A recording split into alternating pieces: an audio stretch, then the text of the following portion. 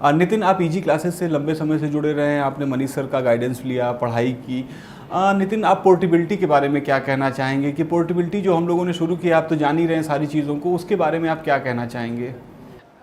देखिए, पोर्टेबिलिटी का जो ये कॉन्सेप्ट है, इसके बारे में मैं थोड़ा सा बात करना चाहूँगा आप लोगों के साथ।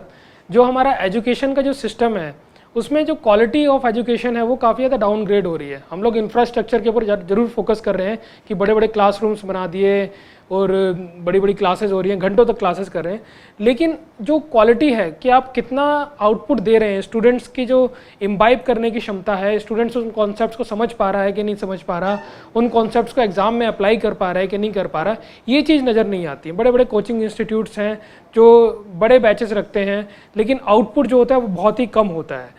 तो मेरा कहना ये है कि एक पोर्टेबिलिटी तरह का कॉन्सेप्ट जो है कि आप किसी कोचिंग में जाएं, कुछ दिन क्लासेस करें, अगर वो टीचर के कॉन्सेप्ट्स आपको समझ में आते हैं, आप उन कॉन्सेप्ट्स को अप्लाई कर सकते हैं और आपको लगता है कि हाँ वाकई में ये कोचिंग इंस्टीट्यूट हमें हमारी एग्जामिनेशन में हेल्प कर सकता है, तो उस कोचिंग को आप प्रेफर करिए।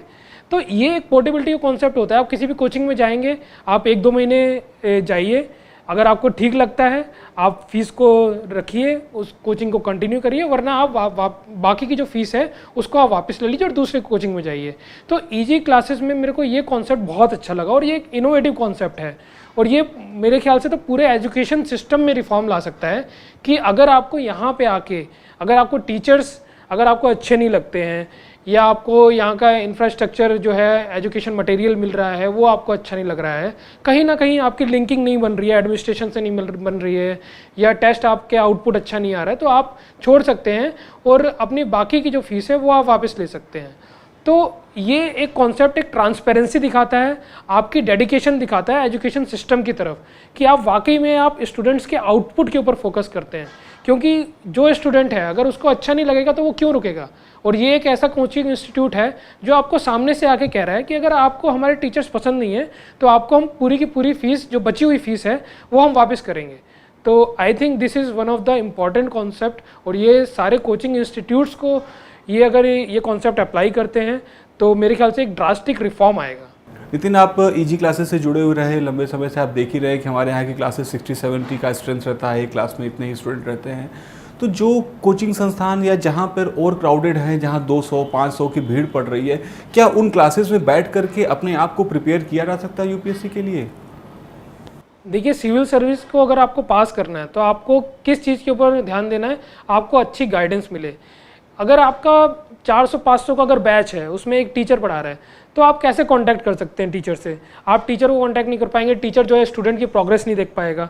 उसके लिए हमें क्या ज़रूरत है? हमें ज़रूरत है एक छोटे बैच की। अगर 50-60 लोगों का अगर छोटा बैच होता है, स्टूडेंट्स को डायरेक्टली वो फोकस कर सकते हैं टीचर्स, और स्टूडेंट भी ईजिली अप्रोच कर सकता है। टीचर के पास प्रॉपर टाइम होगा जो स्टूडेंट की डिफ़िकल्टीज़ है उसको कैटर करने के लिए। वरना पढ़ाई तो देखिए यूट्यूब पे भी हो सकती है, आप मुखर्जी नगर या राजेंद्र नगर में जाके नोट्स वगैरह खरीद लीजिए, लेकिन आपको ज़रूरत है एक टीचर की, एक अच्छे मेंटोर की। और वो मेंटोरशिप आपकी कब अच्छी हो सकती है? अगर आपका बैच जो है छोटा हो। तो ईजी क्लासेस में मुझे ये कॉन्सेप्ट अच्छा लगा कि यहाँ के बैचेस छोटे हैं, टीचर डायरेक्टली स्टूडेंट के साथ इंटरेक्ट करते हैं और क्लास के बाद भी टाइम दे सकते हैं कि अगर फ़ोन के थ्रू, ईमेल्स के थ्रू या वीडियो चैट के थ्रू आप टीचर के साथ इंटरेक्ट कर सकते हैं। धन्यवाद नितिन, आपने हमसे इतनी ढेर सारी बातें की।